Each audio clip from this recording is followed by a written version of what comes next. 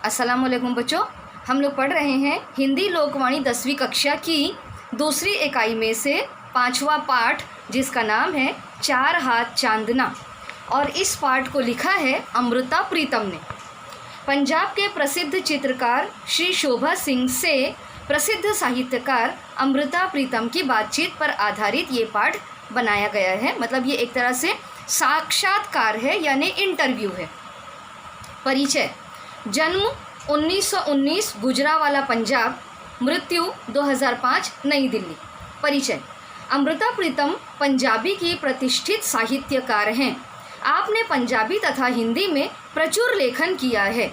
इनमें उपन्यास, आत्मकथा, संस्मरण, कहानियाँ, कविताएं आदि शामिल हैं। आपका लेखन पाठक की संवेदना को झकझोर कर रख देता है। आपको ज्ञानपीठ से सम्मानित किया गया है। मुख्य कृतियाँ: पिंजर, कोरे कागज़, सागर और सीपियाँ ये उपन्यास हैं। रसीदी टिकट ये आत्मकथा है। कच्चा आंगन, एक थी सारा ये संस्मरण है। हीरे दी कन्नी, एक शहर दी मौत, तीसरी औरत ये कहानी का संग्रह है आदि हिंदी में अनुदित हो चुके हैं। अब गद्य संबंधी के बारे में बताया है। प्रस्तुत साक्षात्कार में अमृता प्रीतम जी ने चित्रकार शोभा सिंह से उनके अनुभव, चित्रकला चुनने के कारण, चित्रकला के विषय आदि पर प्रश्न किए हैं। शोभा सिंह ने इन प्रश्नों के उत्तर विस्तार से दिए हैं। ठीक है, तो बच्चों अब हम लोग ये पढ़ रहे हैं अमृता प्रीतम जी का इंटरव्यू, साक्षात्कार जो वो ले रही हैं पंजाब के प्रसिद्ध चित्रकार मतलब पेंटर शोभा सिंह से। तो अमृता प्रीतम जो है वो सवाल कर रही हैं, शोभा सिंह जी, चित्रकला में तकनीकी और रूहानी पहलू से जितना अनुभव आपका है, वर्षों के हिसाब से भी और चिंतन की गहराई के हिसाब से भी, उतना इस समय हमारे और किसी कलाकार का नहीं है। कलाकार के कर्म की व्याख्या अगर करनी हो तो आप किन शब्दों में करेंगे? अब शोभा सिंह जी उनका उत्तर देते हैं। सबसे पहले सत्यम, शिवम और सुंदरम का क्रम बदलना होगा। मैं इसे सुंदरम, शिवम और सत्यम का क्रम देता हूँ। सुंदरता के लिए नज़र सबसे पहली अवस्था है और सत्य उसकी तीसरी अवस्था। यह विकास की क्रिया है जिसकी पहली मंजिल सुंदरता की कल्पना है। उसी कल्पना को जिसे आप अक्षरों के माध्यम से कागज़ पर उतारती हैं, मैं चित्रों और रंगों के माध्यम से उसे कैनवस पर उतारता हूँ। तो यहाँ पर शोभा सिंह क्या कह रहे हैं कि हमारी नज़र में सबसे पहले सुंदरता होनी चाहिए, क्योंकि उसी आँख से हम सुंदरता देखते हैं और सुंदरता को अपने कागज़ पर, या कह रहे हैं मैं कैनवस पर उतारता हूँ। तो इस तरह से जो हमारा एक क्रम है सत्यम, शिवम, सुंदरम, वो कहते हैं कि मैं इस क्रम को बदल देना चाहता हूँ। मैं इसे सुंदरम, शिवम और सत्यम का नाम देना चाहता हूँ। फिर अमृता प्रीतम दूसरा सवाल करती हैं, चित्रकला का माध्यम आपने कैसे चुना? शोभा सिंह, इस सवाल का जवाब ढूंढने के लिए मैंने कई बार एकांत में बैठकर अपनी आयु के सब वर्षों को खंगाला। वर्षों की जो सबसे निचली सतह है, बहुत गहराई में जाकर मैंने सोचा कि मैं कब से चित्रकारी करना शुरू किया है। वर्षों की निचली तहों को भी मुझे लगता है कि लोगों को भी यह पक्का भुलावा हो गया है कि मैं चित्रकार हूँ, और मैं खुद अपने आप को यही भुलावा देता हूँ कि मैं चित्रकार हूँ। तो इस भुलावे की बुनियाद अब वो कुछ याद करते हैं और कहते हैं कि इस भुलावे की बुनियाद एक घर था जिसकी मुझे जन्म से ही तलाश थी। मुझे याद है, अब वो कहते हैं कि मुझे याद है मैं कुछ 8-10 बरस का रहा हूँगा। हमारी जो रसोई थी, उस रसोई की परछती थोड़ी सी आगे निकली हुई थी, तकरीबन 3 या 4 फुट आगे निकली हुई होगी। तो वहाँ पर ये बता रहे हैं, मैंने उस जगह को जो मुश्किल से 3, 3.5 या 4 फुट रही होगी, उस जगह को मैंने पहले तो अच्छी तरह साफ़ किया, उसे पोंछा, और फिर उसके साथ वहाँ पर टूटी हुई 2 हांडियाँ भी रख दी। जहाँ पर वो परछती थी, मैंने वहाँ पर 2 टूटी फूटी हांडियाँ रख दी। उस पर मैंने उसमें मिट्टी मैंने डाली और उसमें चंपा के पौधे लगा दिए। मुझे तब भी पढ़ना नहीं आता था, पर एक सुंदर सी पंचग्रंथी मतलब ये उनकी पंजाबी में एक छोटी सी पुस्तक है, पंचग्रंथी, एक स्मॉल बुक हम कह सकते हैं। पंचग्रंथी लेकर मैंने घर के एक कोने में सजा दी थी। और आमतौर पर जिस तरह राजा महाराजा को वो मक्खियाँ भगाने के लिए जो मूर्छल झलते हैं, तो उसे यहाँ पर कहा गया है चंवर। तो उस ग्रंथि को साफ़ सुथरा करने के लिए, ऐसे झाड़ पोछ करने के लिए, गर्द हटाने के लिए मैंने एक चंवर भी ढूंढ लिया था। तो इस तरह से वहाँ पर मैंने अपना एक छोटा सा घर बना लिया था। और वो कहते हैं कि वो जो घर की दीवारें थी, तो उस घर की दीवारों पर जहाँ पर मुझे जैसा भी ये मिलता था, कुछ भी तस्वीरें या कागज़ मिलता था, तो मैं उस घर की दीवारों पर उन तस्वीरों को लगा दिया करता था। तो कहते हैं कि वैसा घर कभी मैं बना नहीं पाया, लेकिन मैं ख़याली तौर पर घर की तस्वीरों को, घर की जो दीवारें हैं उसे तस्वीरों से सजा लिया करता था। तभी से वो कहने लगे कि मैंने थोड़ा थोड़ा कैनवस पर बनाना शुरू किया। फिर अमृता प्रीतम नेक्स्ट क्वेश्चन करती हैं, आप औरत को औरत के तौर पर महत्व नहीं देते, केवल माँ के तौर पर महत्व देते हैं। तो शोभा सिंह कहते हैं, मैं रचनात्मक शक्ति के संबंध में कह रहा हूँ। मतलब किस सेंस में कह रहा हूँ कि जो औरत है वो रचना करती है, ठीक है। जैसे अमृता का महत्व खुद उनकी मिसाल देकर कहते हैं, जैसे अमृता यानी तुम्हारा महत्व क्या है, लेखिका होने के कारण है। मेरा महत्व यहाँ पर बताया है कि शोभा सिंह का चित्रकार होने के, यानी मेरा जो महत्व है वो चित्रकार होने के कारण है। उसी तरह जो औरत है उसका महत्व माँ होने के कारण है, क्योंकि उसकी जो रचनात्मक शक्ति है वो पूरी के पूरी फिर माँ में ढलकर आ जाती है। कैसे ढलकर आती है कि एक छोटे से बीज को खाली वो अपने अंदर, अपनी ज़ात में, अपने स्वभाव में, अपने अस्तित्व में समोने के लिए वो अपना घर बार सब कुछ छोड़ देती है।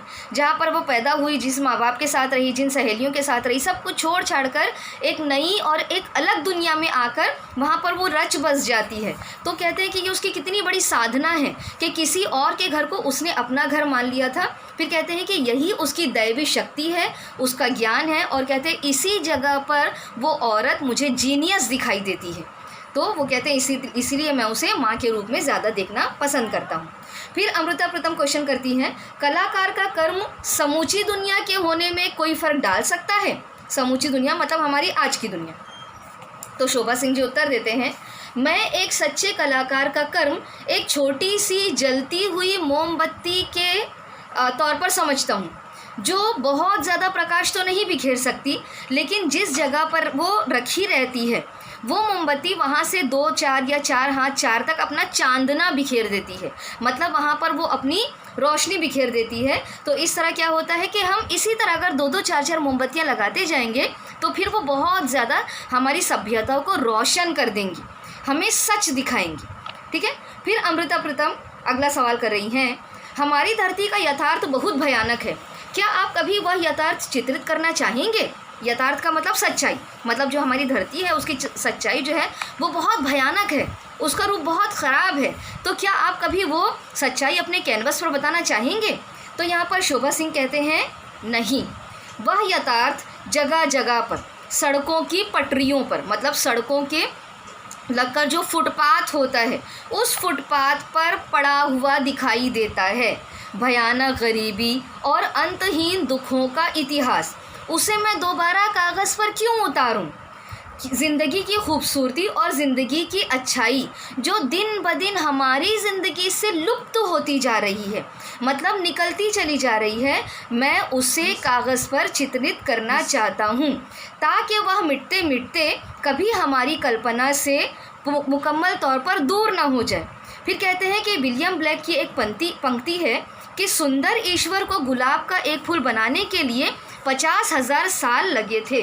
अगर हम उसी स्वयं को और बड़ा कर लें तो एक दिन ऐसा आएगा हमारा स्वयं तो मिट जाएगा, मगर हमारी वो जो अच्छाई है वो अच्छाई हमेशा के लिए अमर हो जाएगी।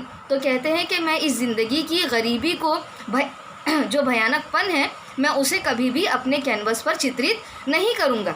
मैं ज़िंदगी की अच्छाई जो कि दुनिया से लुप्त होती जा रही है, निकलती चली जा रही है, मैं उस अच्छाई को अपने कैनवस पर उतारना चाहता हूँ। फिर वो कहते हैं कि जिस तरह से हमारा जो भी शिष्य होता है, अगर हम उसे थोड़ी सी प्रशंसा कर दें, उसका एप्रिसिएशन कर दें, तो फिर वो बहुत ज़्यादा खुश हो जाता है, ठीक है, वो अपने आप में एक नई तवानाई, एक नई ताकत, एक नई ताजगी महसूस करता है। तो मैं उसी तवानाई और ताकत को अपने कागज़ पर उतारना चाहता हूँ। फिर अमृता प्रीतम कहती है, सो कलाकार की शक्ति उसके चिंतन में है और चिंतन के अमल में। इसमें आप दर्शक का कर्म क्या समझते हैं? तो अब यहाँ पर शोभा सिंह कहते हैं कि कई दर्शक ऐसे भी होते हैं जो बगल में लगे हुए चित्र को देखने के लिए पूरी तरह गर्दन भी नहीं घुमाते या बस सरसरी सी नज़र डालकर उसे अनदेखा कर देते हैं।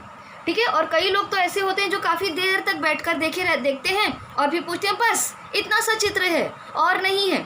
तो अब यहाँ पर वो क्या कह रहे हैं कि कलाकार का कर्म किसी हद तक जो हमारे देखने वाले हैं, ठीक है, जो हमारी पेंटिंग्स को देखने के लिए आते हैं, हमारी चित्रकला को देखने के लिए आते हैं, तो कलाकार का एक धर्म क्या है कि उन्हें एक नई सोच दें, एक नई समझ और बूझ दें जिससे वह देख और समझ सके। फिर अपना एक वो तजुर्बा बता रहे हैं कि कुछ ही दिन हुए एक अमीर सी औरत आई, बड़े आदर से चित्रों को देखती रही, बैठी रही, फिर बोली, आपने मुझे प्रसाद नहीं दिया। तो यहाँ पर ये जो शोभा सिंह है वो कहते हैं, मैंने पूछा, आपने इतनी देर इस पहाड़ी हवा में सांस ली, क्या फिर यह सुख का प्रसाद नहीं है? क्या प्रसाद सिर्फ बूंदी को ही कहा जाता है? यही सोच और सूझ होती है जिसे कलाकार अपने दर्शक को देना चाहता है। मतलब दर्शक अगर किसी पेंटिंग को देखने के लिए जाएं, चित्रकला को देखने के लिए जाएं, तो ज़रूरी नहीं है कि वो पेंटिंग ख़रीदें, बल्कि उन चित्रों को देखकर उसके मस्तिष्क में, उसके दिमाग में कुछ बातें आनी चाहिए, एक नई सोच आनी चाहिए, ताकि वो सोच वो लोगों तक फैलाए, अपनी यथार्थ ज़िंदगी में जाकर उसे अपनाएं, लोगों को उसके बारे में बताएं। तो इस तरह से यहाँ पर ये 4 हाथ चांदना जो हमने पाठ पढ़ा है, इस पाठ में अमृता प्रीतम और शोभा सिंह जी के दरमियान जो भी वार्तालाप हो रहा है, जो साक्षात्कार इंटरव्यू हो रहा है, उस इंटरव्यू के ज़रिए हम लोगों ने देखा कि जो हमारी सोच होती है, हमारी सोच ही हमारी ज़िंदगी की सबसे बड़ी सच्चाई है। हम पहले निगाहों से देखते हैं, नज़रों से देखते हैं, तो नज़रों में खूबसूरती होनी चाहिए, हमें बदसूरती में भी खूबसूरती को ढूंढना चाहिए, तभी हम सबसे पहली सीढ़ी यानी सुंदरम तय कर पाएंगे। उसके बाद वाली सीढ़ी शिवम की आती है और सत्यम की आती है, जो कि हमारे सामने मौजूद होता है। हम तो नज़रों से उन चीज़ों को देखते हैं जो पर्दे के पीछे छुपी हुई होती है। तो यहाँ पर शोभा सिंह जी क्या कह रहे हैं कि हमें लोगों को सच का सामना कराने के लिए उन्हें जो भी हमारी कल्पना शक्ति होती है, जो हमारी सलाहियतें होती हैं, उन सलाहियतों को अपनाना चाहिए, उन सलाहियतों को दूसरों को बताना चाहिए, ताकि एक नई सूझबूझ लेकर वो हमारे दरमियान से जाएं। तो बच्चों, उम्मीद है आप लोगों को ये पाठ क्रमांक 5 4 हाथ चांदना समझ में आ गया होगा। इसे बच्चों अपने दूसरे साथियों के साथ भी शेयर कीजिए, मेरे चैनल को सब्सक्राइब कीजिए। अगर आपका कोई क्वेश्चन है तो आप कमेंट्स बॉक्स में पूछ सकते हैं। अपना बहुत ज़्यादा ख्याल रखिए। नई वीडियो तक के लिए खुदा हाफिज़। मुझे सुनने का बहुत बहुत शुक्रिया।